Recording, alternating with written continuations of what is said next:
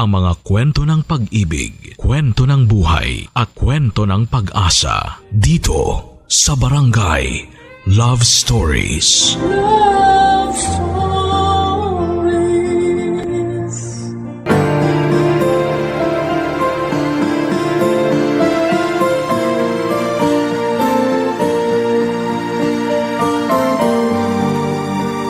Hindi masamang maghangad ng mga bagay na ikakaginhawa ng ating pamilya. Pero minsan sa dami ng pinagkakaabalahan, hindi natin namamalayan na ang oras na para sana sa kanila'y kinukulang na pala. Ikaw kabarangay, paano mo binabalanse ang oras mo para sa trabaho at para sa iyong pamilya? Dear Papa Dudut, mapagpalang araw po sa inyo at sa lahat ng mga nakikinig ngayon. Dahil may katandaan na ako ay isa na po sa mga nakahiligan ko ang pakikinig sa inyong programa, kaya naisipan ko na ring sumulat para maibahagi ang kwento ko. Ako po si Donato, isang negosyante na nagbabuy and sell ng mga damit. 65 years old na po ako sa ngayon. More than 40 years din kaming nagsasama noon ng asawa kong si Miana. Magkarelasyon na kami mula high school. Unang kita ko pa lamang noon sa kanya ay alam ko na magiging mabuti siyang ina para sa mga anak namin. Kaya hindi ako nagdalawang isip nang pakasalan ko siya. Pareho kaming nakapagtapos ng kolehiyo, ako sa kursong Business Administration at siya naman sa kursong Accountancy. Pero sa aming dalawa ay siya lamang ang nagkalisensya nang makapasa siya sa licensure examination for CPA. Bukod kasi sa wala namang board exam ang kursong tinapos ko, ay mas pinili ko na pasukin na kaagad ang pagnenegosyo. Paiba-iba ang naging negosyo ko noon. Nagkaroon ako ng bigasa noong una. Yung sumunod naman ay namasada ako ng sarili kong tricycle. Pero para hindi maubos ang oras ko ay kumuha na lamang ako ng magbaboundary nito at itinoon ko ang atensyon ko sa iba pang mga negosyo. Hanggang sa mapasok ako sa isang pyramid scheme na naging dahilan ng pagkawala ng bigasan at tricycle ko. Nadamay pa roon ang pera naming mag-asawa. Sa kabila ng pagkabigo ay nagsimula ulit ako. Sa pagkakataong yun ay nagkaroon naman ako ng sari-sari store at nagbenta ng kung ano-anong produkto. Nakabili ako ng kotse ko at ginawa kong taxi yun. Pero natigil ang pagpasada ng taxi ko nung magkaroon ng crisis sa gasolina. Kaya naman tinuong ko na lamang ang oras ko sa pagbabuy and sell ng mga damit. At doon na nga lumago ang negosyo naming mag-asawa. Sa kabila ng pagod at hirap namin noon ay may pagmamalaki ko naman na lahat ng anak namin ay nakapagtapos ng pag-aaral. Masaya naman ang buhay namin, nakaranas kami ng hirap pero nakaraos din. Nagsimula kami sa pangungupahan sa isang maliit na apartment hanggang sa makabili na ng sariling bahay at ilang sasakyan. Subalit sadya nga talaga na hindi lang puro saya sa buhay ng tao, Papa Dudut.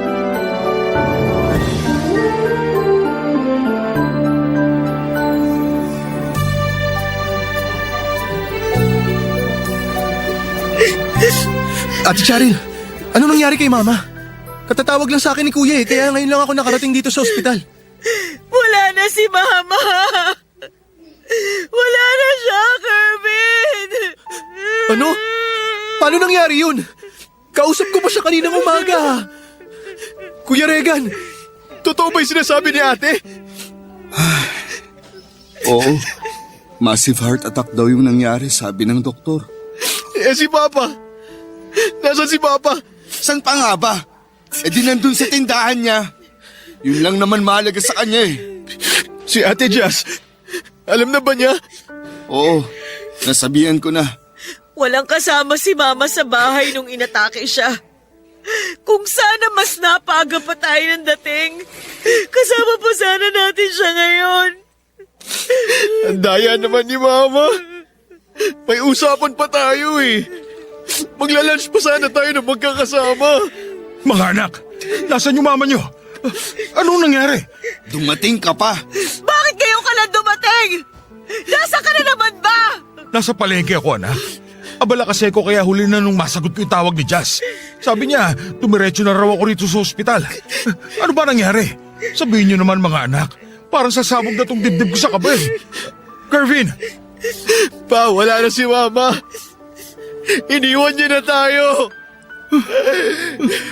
Hindi! Hindi! Nak, masamang biro yan! Sa tingin nyo, magagawa pa namin magbiro? Tama yung narinig nyo pa! Wala na si Mama! Inatake siya sa puso! Hindi sana namin siya nadatnan na nakaandusay sa sahig kung may kasama lang sa bahay si Mama.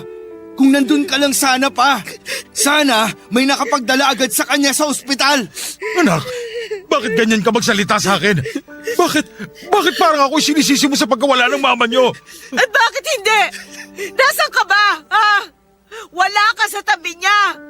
Lagi ka na lang wala! Alam mo ba na tinanong pa kami ng doktor kanina kung hiwalay na kayo ni Mama? Kasi nga, wala ka. Mga anak, naghahanap buhay ako. Ayun na nga eh. Puro ka lang hanap buhay. Puro ka na lang negosyo. Pa, hindi mo naman dapat ginagawang mundo yung pagninegosyo mo eh. May pamilya ka pa oh. Alam mo ba kung paano namin naabutan sa bahay si Mama? Nandun siya sa may telepono. Malamang gumapang siya papunta ron para humingi ng tulong. Kung may kasama lang sana siya, hindi na siya nahirapan ng ganon. Kung nandun ka lang sana, buhay pa sana si Mama. Pa naman! Buong buhay namin, lagi namin tinatanong kung nasaan ka. Sa lahat na lang nangyayari, wala ka! Hindi ko naman alam na mangyayari to, anak. Hindi nyo alam? Eh bakit nga ba hindi nyo alam, ha, pa? Ano? Bakit kayo natahimik dyan?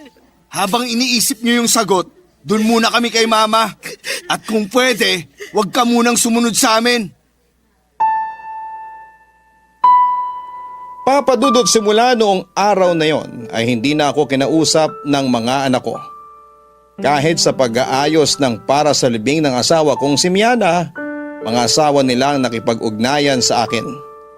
Lalo na pagdating sa mga desisyon na may kinalaman sa burol at sa libing ng asawa ko. Talagang pinaramdam nila sa akin na mag-isa na lamang ako simula noon. Tungkol naman sa naiwan ni Miana, sa akin lahat napunta yon dahil wala naman siyang ginawang last will and testament. Lahat naman ng pera niya ay nasa joint account namin. May hiwalay pa akong pera na sa akin lang talaga. Ang mga gamit niya, damit, alahas at iba pa ay ipinamigay ko sa mga anak ko. Papadudot ang hindi ko pagdala kay Miana sa ospital ay naging dahilan ng tuluyang pagkasira ng samahan namin ng mga anak ko. At hindi ko naman akalain na halos buong buhay pala nilang naipon ang sama ng loob nila sa akin. Ni minsan ay hindi naman yon nabanggit ni Miana. Masyado kasing mabait ang asawa ko at nahihiyang magsabi ng mga problema sa bahay o sa mga anak naming dalawa. At lagi niya lang sinasabi sa akin noon ay kung gaano siya nagpapasalamat sa pagkataguyod ko sa kanila ng mga bata. Madalas niya rin akong sabihan na magpahinga naman dahil gusto rin nila akong makasama. Binaliwala ko lahat ng mga sinabi sa akin noon ni Miana. Kahit sa mga birthday nila, nakakasama lang nila ako kapag nagkataon na naroon ako mismo sa bahay. Pero kadalasan, silang mag-ina lang ang magkakasama.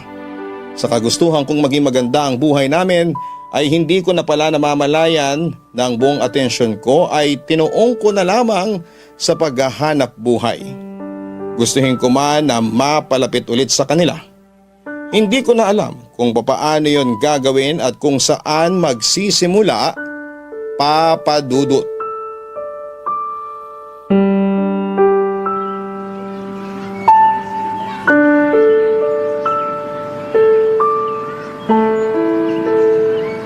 Nak, pwede ba tayo mag-usap? Pa, tapos na yung libing. Nakaalis na sina Charil kaya uuwi na rin ako. Anak, please naman.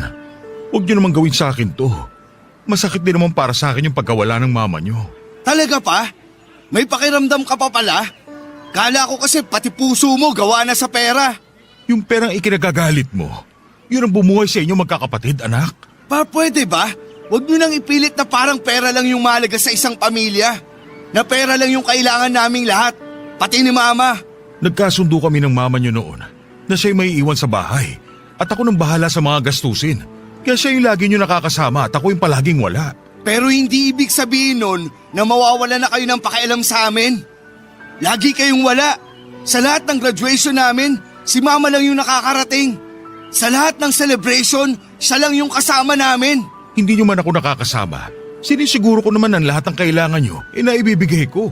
Sa akin ang gagaling yung mga ginagamit niyo sa celebration niyo. So ano? Sa lahat ng naging pagkukulang mo, pera na lang yung itatapat mo? Kung naiintindihan niyo lang siguro kung gaano kayo kaswerte, hindi niyo maiisip yan. Hindi niyo mamasamain yung pagkawala ko sa mga importanteng araw kasi ako yung naghahanap buhay para sa ating lahat. Maswerte? Paano kami naging maswerte nawala na nga kami ng nanay dahil sa'yo? Hindi ko kasalanan kung bakit namatay si Miana. Walang may gusto sa nangyari. Kung nangungulila kayo sa kanya, ako rin. Kasi asawa ko siya. Huwag nga kayong magpatawa. Anak, pakiusap naman. Intindihin niyo rin ako. Intindihin? Sige nga. Paano ka namin iintindihin kung malinaw na malinaw sa amin yung mga naging pagkukulang mo? Sige na, nagkulang na ako sa inyo. Pero sana naman, bigyan niyo rin ako ng pagkakataong bumawi. Ako na lang yung magulang na meron kayo. Kailangan niyo ng isang ama na... Tama, kailangan namin ng isang ama. Pero hindi ikaw yung ama na kailangan namin. Ang sakit mo naman magsalita. Tatay ka na rin, Regan. Kaya dapat, ikaw yung unang makakaintindi sa nararamdaman ko ngayon. Tama kayo. Tatay na nga ako. Pero magkaiba tayo. Kahit kailan, hindi ko maiintindihan yung sinasabi nyo na maswerte kami. Kay Mama siguro oo, maswerte kami. Pero sa'yo, malaking biro yun. Maiintindihan mo rin ako, anak. Sana nga, para hindi nagngingit-ngit yung kalooban ko tuwing nakikita ko kayo. Sige na, anak. Baka hinahanap ka na ng pamilya mo. Pakisabi na lang sa mga kapatid mo na sana mapagbigyan nila ako na makausap ko sila. Huwag na kayong umasa kasi sigurado ako na hindi naman sila interesado. Sige, kung ayaw mo sabihin sa kanila, ako na lang ang magsasabi. Alam nyo, gawin nyo na lang. Mas kapanipaniwala pa yun. Pero kapag nakaharap nyo na yung mga kapatid ko, huwag kayong umasa na sasalubungin nila kayo ng mainit na yakap. Papadudot, may mga detalye na hindi ko nasabi noong una. Masaya naman ako sa pamilya namin. Pero minsan o mas tamang sabihin na madalas, pakiramdam ko ay hindi sila masaya na ako ang tatay nila. Lagi kasi akong wala sa bahay. Noong kinasal kami ni Miana, sinabi ko sa kanya na siya na talaga ang bahala sa mga bata. Wala akong gagawin para sikasuhin sila sa anumang paraan. Ang katuwiran ko kasi noon, siya ang ina kaya tungkulin niya yon. Ang sa akin naman ay ang sustentuhan sila. Kaya naman napilitan siya noon na huminto muna sa pagtatrabaho bilang accountant. Nangihinayang siya sa propesyon niyang yon lalo na't marami siyang pinagdaanan bago nakarating doon. Pero mas naging matimbang sa kanya ang mga anak namin. Tinutukan niya ang pagpapalaki sa mga bata. Mas naging abala naman ako sa pagninegosyo at tuwing umuuwi ako sa bahay, halos magkulong na lamang ako sa kwarto. Kahit magkakasama kami sa isang bubong habang lumalaki ang mga bata, halos hindi rin nila ako nakikita. Bumili ako ng sarili kong TV at maliit na refrigerator para sa mga inumin ko. Lahat yun ay nasa kwarto ko na nakahiwalay pa sa kwarto namin ni Miana. Kaya naman naiintindihan ko kung bakit makananay ang mga anak ko. May tatay sila nakasama pero hindi naman nila maramdaman. Kumbagay para lang akong ATM na naglalabas ng pera pag nagwi-withdraw sila. Siguro nga'y mahirap akong intindihin. Pero lahat naman ng ginagawa ko ay para din sa pamilya ko. Pero sa mga narinig ko mula sa mga anak ko, naisip ko rin na sana nga ay naging balanse ako. Na sana'y naibigay ko rin yung oras na kailangan nila at yung kalinga ng isang magulang. Kaya nang mawala si Miana ay naging napakalaking dagok noon para sa aming lahat. Para kaming napilayan. May alta presyon kasi si Miana at nasa lahi nila yon. Hindi rin kami regular na nagpapacheck up kaya hindi namin namalayan na nanganganib na pala ang puso niya. Biglaan yung nangyari sa kanya at wala na kaming pagkakataon para ihanda ang mga sarili namin Kaya naiintindihan ko rin kung bakit masyadong mataas ang emosyon ng mga anak ko, Papa Dudut. Barangay Love Stories. Barangay Love Stories. Papa Dudut, pagkatapos ng naging pag-uusap namin ni Regan, 1 taon din kaming hindi nag-usap ng mga anak ko. Hanggang sa magdesisyon na akong kausapin sila isa-isa. Una kong naisip na kausapin si Kervin at nakailang tawag ako sa asawa niya para makiusap na sabihin sa kanya yung plano ko. Pumayag naman ang anak ko na makipagkita sa akin. Siyang inuna kong kausapin dahil nasabi sa akin noon ni Miana na siya yung nakakuha ng ugali ko. Madiskarte rin siya, ang kaso ay wala siyang interes sa pagninegosyo. Hindi niya rin natapos ang kursong kinuha niya noong college. Pero para mas mabilis magkaroon ng trabaho ay nag-apply siya sa call center. At noong panahong yon, may 2 na rin siyang anak. Masasabi ko na naging malapit naman kami ni Kervin, Papa Dudut. Noong bata pa kasi siya ay madalas din kaming magkasama dahil mahilig siyang bumuntod sa akin sa Tiangge. Pero hindi rin yon nagtatagal. Pagdating kasi doon ay gagala-gala lamang siya sa mga ibang tindahan na may mga laruang robot, kotse at kung ano-ano pang mga tinda. Binibigyan ko siya ng pera para bilhin ang gusto niya at nagkikita naman kami kapag pauwi na. Kahit sa pagkain ay hindi na niya ako sinasabayan sa Tiangge. Mawawala na lamang siyang bigla at susulpot kapag nagliligpit na ako habang bitbit niya ang mga damit o mga laruang nabili niya. Gusto ko siya noong puntahan sa apartment na tinutuluyan nila ng pamilya niya para na rin makita ko ang mga apo ko. Sobrang saya ko naman nang pumayag siya. Hindi ko kasi yon inaasahan dahil sa pagpayag pa lang na makipag-usap siya sa akin ay halos imposible nang mangyari, Papa Dudut.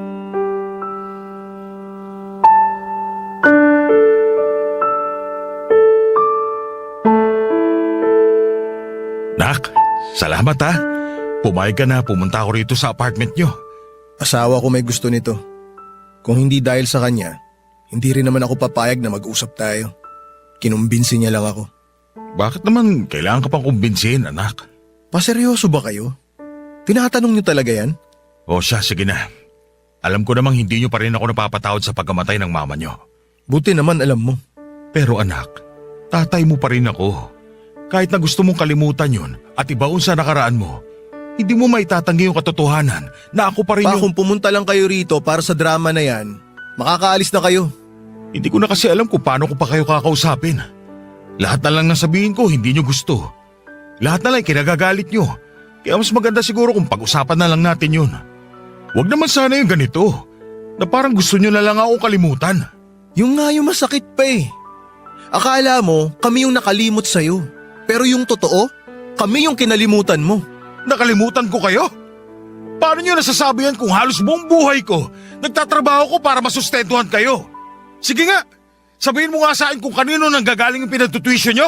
Yun na nga eh. Akala nyo kasi pera lang yung kailangan para maging tatay. Yung sinasabi mo na halos buong buhay mo nagtrabaho ka para sa amin, choice mo naman na ubusin yung oras mo sa trabaho mo eh. Pwede ka naman magpahinga kahit sandali. At pwede ka maglaan ng kahit na konting oras para sa amin. Pero ano? Ginawa mo ba? Nasasabi mo yan kasi wala ka sa posisyon ko noon, Kervin. Hindi na kailangan na mailagay ako sa posisyon mo para ipamukha sa'yo yung naging pagkukulang mo sa amin. Lalo na yung mga pagkukulang mo kay mama. Mas mabuti pa nga kung sa ibang bahay ka na lang umuuwi noon eh. Mas madali sana para sa amin na isipin kung bakit wala ka. Kung pwede ko lang hatiin yung katawan ko noon, ginawa ko na para lang mapagsabay Walang ko. kailangang hatiin pa. Kasi may oras ka naman talaga eh. Pero mas ginusto mong magkulong sa kwarto nyo. Mas ginusto mo na mahiwalay sa amin. Nakakatawa ka nga eh. Kasi yung mismong kwarto nyo ni mama, may nakabukod pang kwarto. At doon mo lagi inuubos yung oras mo. Imagine, yung tatay namin, hindi kasama ng nanay namin sa iisang kwarto. At halos doon na tumira sa kwarto-kwartuhan niya. Patandaan mo, ikaw yung naglayo ng sarili mo sa amin. Lagi kasi akong pagod. At gusto ko lang makapagpahinga kaya nandun ako sa kwartong yun. Bakit? Nakakapagod ba kaming makita? Nakakapagod ba yung gusto ka lang namin makasabay kumain? Wala naman kaming ipapagawa o kaya hihingiin sa'yo eh. Yung makasama ka lang, sobrang saya na sana eh. Hindi naman niya sinasabi sa akin ng mama niyo. Ano ba namang katwiran yan, pa? Kailangan pa bang sabihin sa'yo ni Mama kung paano magpakatatay? Lahat ba kailangan idikta sa'yo para may gawin ka? Anak, kung may babalik ko lang sana yung panahon... Kung may babalik man, sana yung panahon na lang na hindi mo pa kami anak. Nak, sobra naman yata yan. Ah, talaga? Sobra ba? Kasi sobrang sakit din yung nararamdaman ko pag nakikita kita eh. Alam mo ba kung anong pumapasok sa isip ko kapag naririnig ko yung boses mo? Anak naman. Naiisip ko kung paano namatay si Mama nang nag-iisa. Sa sahig pa! Sa sahig! Yung negosyo mo na lagi mong idinadahilan? Pwede ka namang kumuha ng taong magbabantay niyan eh. Hindi mo naman siguro ikalulugi yung pagkuha ng kahit na isang empleyado lang. Pero wala eh. Pinili mo na puro negosyo ang asikasuhin mo. Kaya wala na tayong dapat pag-usapan pa. Umalis ka na. Bago pa tuluyang mawala yung katiting na respeto na itinira ko para sa'yo. Papa Dudut, hindi ako kaagad nakagalaw sa sinabing yon ng anak ko. Parang may mabigat na nakadagan sa mga hita ko habang nakaupo. Ilang beses pang sinabi ni Kervin na umalis na ako pero parang wala akong naririnig ng mga sandaling yon.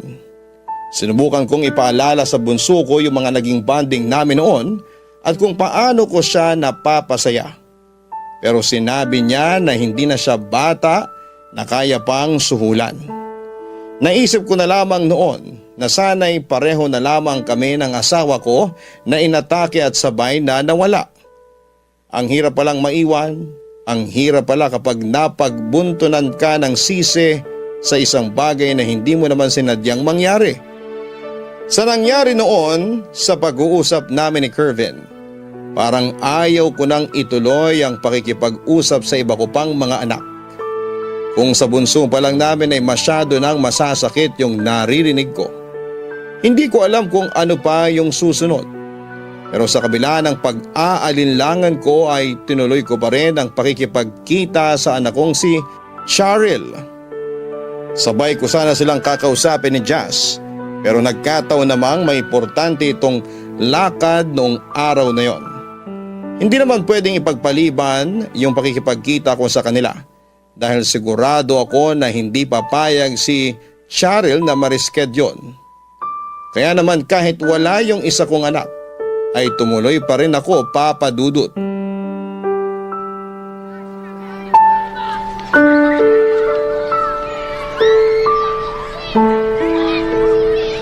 Ang ganda nitong napili mong meeting place natin, anak. Nakakatuwa yung mga bata naglalaro, oh. Parang kayo lang no, mga bata pa kayo. Cheryl, anak, magsalita ka naman. Ano ho bang pag-uusapan natin? Sabihin nyo na kagad para matapos na po ito. Pinuntahan ko nga pala si Kervin. Pero hindi naging maganda yung pag-uusap namin. Marami kasi siyang sinabi na hindi ko nagustuhan. Ano ho bang inaasahan ninyo? Yung makipag-banding siya sa inyo na parang walang nangyari? Nung sinabi niya yung dahilan niya kung bakit siya nagagalit sa akin, nalungkot ako ng sobra. Hindi ko kasi alam na gano'n na pala yung iniisip ninyo. Na nakalimutan ko na kayo. Ano lang ho ba yung alam nyo? Anak, ayoko na makipagtalo. Nandito ako para makasama ka at magkaayos tayo. Yung makasama ako, pwede pa yun eh. Pero yung magkaayos, huwag nyo na hong subukan. Hindi nyo na ba ako kayang patawarin? Hindi ko ho alam. Tsaka hindi ko rin naman alam kung bakit nandito pa ako para makipag-usap sa inyo eh. Baka wala naman kayong importanteng sasabihin. Baka may gusto kong pag-usapan o itanong sa akin. Kung meron ka pang gustong sabihin, sige lang anak, makikinig ako. Parang si Kervin, dapat pinabayaan ko na lang na ibuhos niya lahat ng saloobin niya. Hindi na sana ako nangatwiran pa. Baka sakaling nag-aayos pa kami. Ang sa akin lang kasi pa, may mga pamilya na kami. Ginagawa na namin lahat ng natutunan namin kay Mama. Pero sa'yo, siguro nga natuto rin kami. Kasi ako pinili ko yung lalaking malayong malayo sa inyo. Yung ako yung priority kahit na nagtatrabaho siya. At higit sa lahat, alam niya na hindi lang yung kapal ng pitaka ang mahalaga, kundi yung mismong pamilya. Yun ang wala sa inyo pa. Kapakanan nyo lang din naman yung iniisip ko noon. O, kala ko ba makikinig ka lang? Pasensya na, hindi na ako magsasalita. Alam nyo kasi, yung pagkakakitaan, nandyan lang yan eh. Salamat kasi hindi tayo nagipit. Pero nasanay lang talaga kami na wala ka. Nasanay na kami na hindi hinihingi yung opinyon nyo. Nasanay lang kami na wala kang pakialam sa mga bagay-bagay. Hindi mo kasi alam kung paano maging ama. Para ka lang nagdo-donate sa charity. Nagbibigay lang ng pera tapos yun na yun. Patawarin mo ko, anak. Kung bibigyan niyo lang sana ako ng isa pang pagkakataon. Tama na. Tantanan nyo na kami. Kung ano man yung gusto mong mangyari pagkatapos mo kaming kausapin lahat, bahala ka na. Wala na akong pakialam.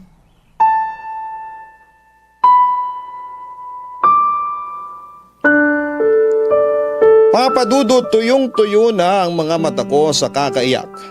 Tuwing gabi kapag naiisip at binabalikan ko yung mga sinabi sa akin ng mga anak ko. Hindi ko alam kung bakit gano'n na lamang kahirap para sa kanila ang patawarin ako. Kahit ano namang paliwanag ang gawin ko ay sarado pa rin ang isipan nila. Wala sa kanila ang gustong makinig sa akin sa pinaparamdam nila noon. Parang napakamalas nila na ako ang naging tatay nila. At wala akong nagawang mabuti para sa kanila mula pagkabata. Sa totoo lang, Papa Dudut, ay napakaraming batang nagugutom. May mga pumapasok pa na walang maayos na gamit sa eskwela. Meron ding walang pamilya at palaboy-laboy na lamang sa kalsada habang naghihintay ng magpapalimos sa kanila. Pero sila kahit minsan ay hindi nawalan ng makakain sa hapagkainan. Almusal, tanghalian at hapunan. Hindi sila nakaranas na magutom. Hindi sila nakaranas na maputulan ng kuryente at tubig. Hindi rin sila nagkulang sa pambayad sa eskwela. Hindi ko rin sila tinipid sa mga baon nila. Pero dahil sa pagkamatay ng mama nila na pilit nilang isinisisi sa akin, para akong isang pulubi na nanlilimos ng atensyon at pagkilala mula sa kanila. Kahit yata lumuhod ako at magmakaawa ay hindi pa rin lalambot ang puso nila sa akin. Ni minsan ay hindi ko pinagtaksilan o pinagbuhatan ng kamay si Miana. May pagkakataong tumataas ang boses ko pero hanggang doon lang yon. Kahit may pagkukulang ako, balik-balik ta rin man ang mundo, ay naging mabuting ama pa rin ako sa mga anak ko. Kaya sa pagkakataong yon ay sumuko na ako. Ilang taon mula nang pumanaw si Miana, buhay na buhay pa rin siya para sa kanila at ako naman. Buhay pa pero pilit na nilang ibinabaon sa limot at tila pinapatay sa kanilang mga ala-ala, Papa Dudut. Barangay Love Stories. Barangay Love Stories. Ilang buwan pagkatapos naming mag-usap ni Kervin at Charil, nagkaroon ako ng kinakasama, Papa Dudut. Nakaramdam kasi ako noon ng pangulila dahil matagal-tagal na rin akong namumuhay ng mag-isa.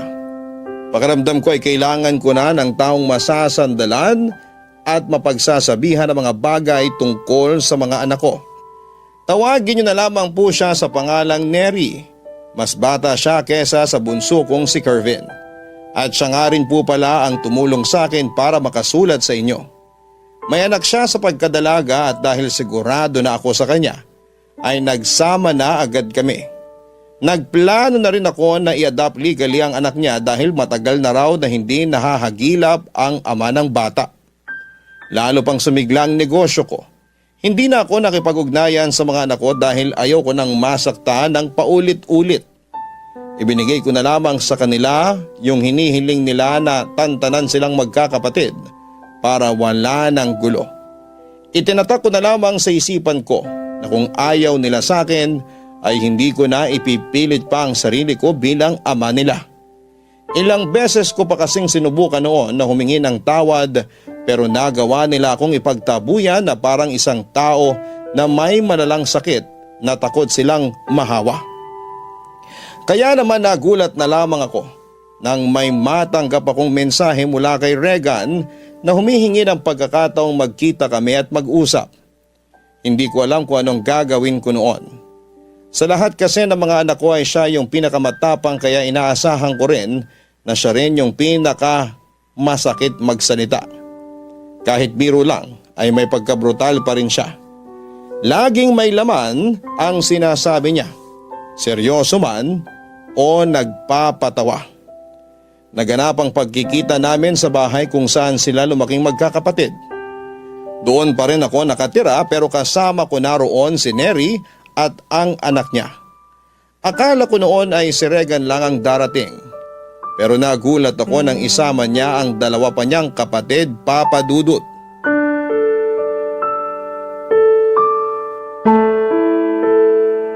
Oh mga anak, ginulat niyo ako ah.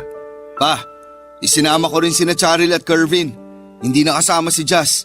May sakit yung anak niya. Walang problema. Mas kailangan si Jazz ng apo ko. Kumusta kayo? Ayos naman ako rito. Pa, medyo nagtataka lang ako. Bakit naman? Kasi lahat sila pinuntahan mo para makausap. Hindi ko rin naman nakausap si Jazz. Nabanggit nga niya pero yung punto ko kasi, bakit hindi mo ako kinausap? Ako yung panganay mo, di ba? Ano ba talagang ipinunta niyo rito? Nandito ba kayo para sumbatan ako? At ipamukha ulit sa akin kung gaano ko kawalang kwentang ama? Pa, hindi. May papaalala lang sana kami sa'yo. Mukhang nakalimutan mo na kasi. Pero sa bagay, nagkakaedad ka na rin naman kaya naiintindihan ka namin. Ano ba yun? Hindi kasi nag-iwan ng last will si Mama. Last will?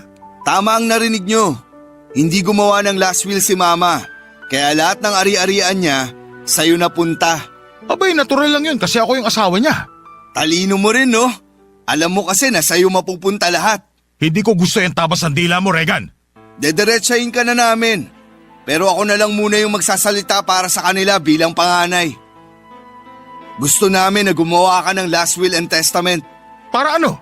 Para alam nyo kung kani-kanino mapupunta mga ari-arian ko? Natural. Anak nyo kami, di ba? Bakit? Kanino ba dapat yun mapunta? Eh di sa amin, kanino pa ba? Anong sabi ng pinagsasabi mo? Total puro pera lang naman ang binibigay niyo sa amin nung nabubuhay pa si Mama eh. Ngayon na wala na si Mama, gusto naming makasiguro na sa amin mapupunta lahat ng pera at ari-arian ninyo. Anong ibig nyo sabihin? Teka, buhay pa ako ah! Hindi pa ako mamamatay pero makapagsalita kayo May parang… karapatan kami sa lahat ng ari-arian ninyo. Alam ko pero bakit nyo naisip na dapat gumawa na ako ngayon ng last will and testament? Tingin nyo ba, hindi ko kayo pamamanahan? Bakit pa? Sigurado ba na gagawin mo yun para sa amin? Maniniwala lang kami sa'yo kung nakagawa ka na. Hindi pa ako mamamatay! Hindi natin masasabi yan pa. Matanda ka na. Malay natin, baka bukas mamatay ka na.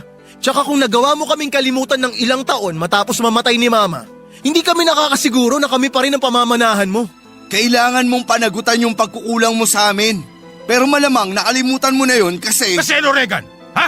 Kasi ano? Kasi alam na namin. Alam na namin na may kinakasama ka. At alam na rin namin pa na balak mong legal na ampunin yung anak ng babae mo. Hindi siya basta babae ko lang. Asawa na ang turing ko sa kanya. Wow! Napakabuti mo naman pala sa kanya, pa. Sana ganyan ka rin kay Mama noon, ano? Hindi ko nga rin maintindihan eh. Kukuha ka na lang ng makakasama sa buhay, yung may sabit pa.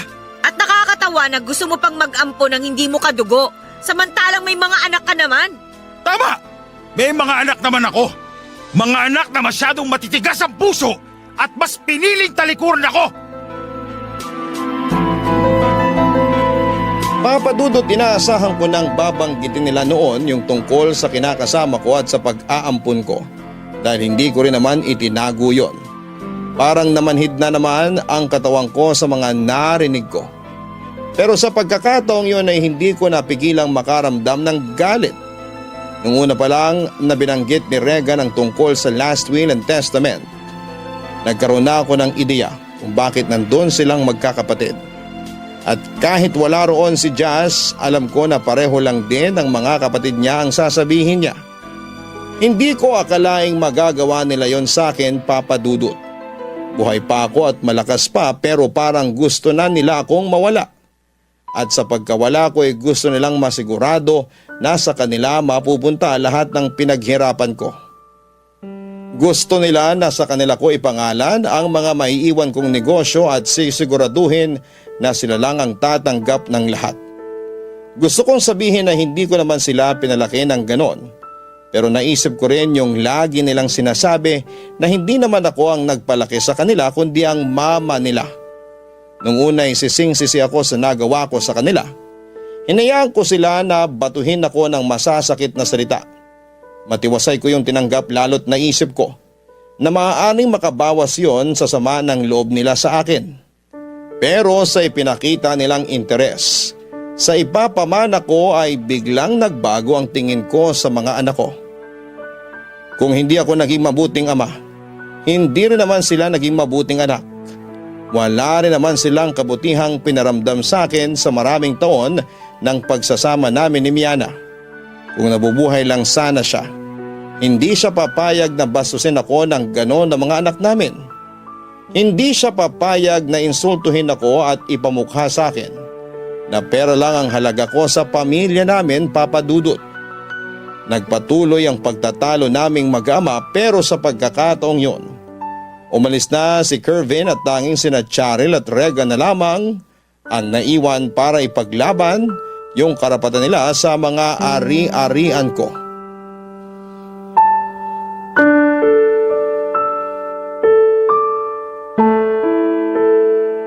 Mga anak, ilang beses ako humingi ng tawad sa inyo. Ilang beses ko sinubukang makipag-ayos, pero palagi niyo ako'y pinagtatabuyan. Kasi hindi namin nararamdaman yung sinseridad nyo. Bakit ba kayo ganyan sa akin? Napakatigas ng puso nyo. Kung itrato nyo ako, talo ko pang isang kriminal. Hindi ako yung pumatay sa mama nyo, pero sa ginagawa nyo, talo ko pa inahatulan ng habang buhay na pagkakabilanggo. Lumayo kayo sa akin at ginusto nyo nakalimutan na lang ako.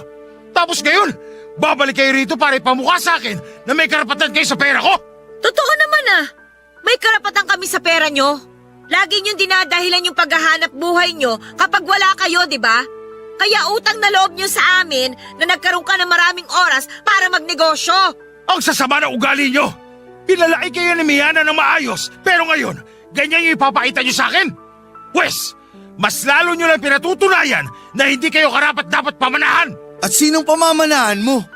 Yung ampon mo at yung palamunin mo rito sa bahay? Bastos ka! Huwag na huwag mong iinsultoy ng ganyan sila Neri! Hindi sila tulad yun na pera lang yung habol sa akin! Bakit? Sa tandaan nyo na yan? Akala nyo talaga may magmamahal pa sa inyo ng totoo? Ha! Pa naman! Gumising ka! Mas bata pa kay Kervin yung kinakasama nyo! At pag nawala kayo, maghahanap kagad yun ng kapalit! Tama si Charil. Pa, mahal ka lang nila ngayon kasi may pera ka. Ha! Sige! Ipagpalagay na natin na mahal nila ako dahil lang sa pera ko. Pero ganoon din naman kayo, hindi ba? Ang pagkakaiba nyo na lang, sila, kahit peke, nagmamalasakit sa akin. Samantalang kayo, wala na talagang pakialam. Parang patay na nga ako kung ituring ninyo. Kaya malinaw kung sino yung mas karapat dapat kong paboran. At talagang mas gusto nyo pang pamanahan yung sampid lang sa pamilyang to? Ano yun? Pinapamukha mo na mas mahal mo yung pamilya mo ngayon? Hindi ko kailangan magpaliwanag sa inyo. Pinaghirapan ko lahat ang meron ako. Kaya ako magdedesisyon kung paano at kung saan ko gagamitin ang pera ko. Umalis na kayo! Hindi kami aalis dito hanggat hindi kayo pumapayag sa gusto naming mangyari. Kung gusto mong ibigay sa kanila yung pera mo, sige, payag kami. Pero lahat ng negosyong naipundar mo dahil sa kawalan mo ng oras sa amin noon, sa amin dapat mapunta yon. Tama si Kuya. Hindi nila pwedeng kunin yung ipinundar nyo habang lumalaki kami na parang walang ama. Painggan nyo kung paano kayo magsalita. Sa ginagawa nyo ngayon, pare-pareho lang tayo na naging makasarili. Huwag mo kaming igagaya sa'yo. Naibigay ko na lahat ng para sa inyo. Kaya wala na kayong makukuha sa akin, ni isang kusing. Hindi kami papayag. Kukuha kami ng abogado. Kapag wala kayo talagang binigay sa amin pa, parang inamin nyo na rin na kasalanan nyo kung bakit namatay si Mama. O edi sige, kasalanan ko na. Kung makakatulong yun para makatulog kayo ng mahimbing sa gabi, inaako ko na yung pagkamatay ni Miana. Tanggap ko na rin na gusto nyo na ako kalimutan. Pero lilinawin ko lang sa inyo, hindi nyo makukuha yung gusto nyo. Sa ugali nyong yan, wala sa inyong magkakapatid ang dapat kong pamanahan. Wala kahit sino!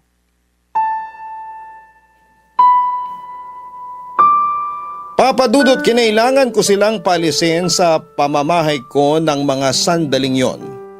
Pakiramdam ko kasi ay ako naman yung aatakihin sa puso dahil sa mga narinig ko mula sa kanila. Sabi nga ng kinakasama kong si Neri, parang yumayanig daw yung bahay sa lakas ng sigawan naming mag-ama. Nandun kasi sila sa kwarto at hindi na nagawa pang lumabas. Yun din naman ang sinabi ko sa kanila dahil ayokong mapagbuntunan sila ng galit ng mga anak ko.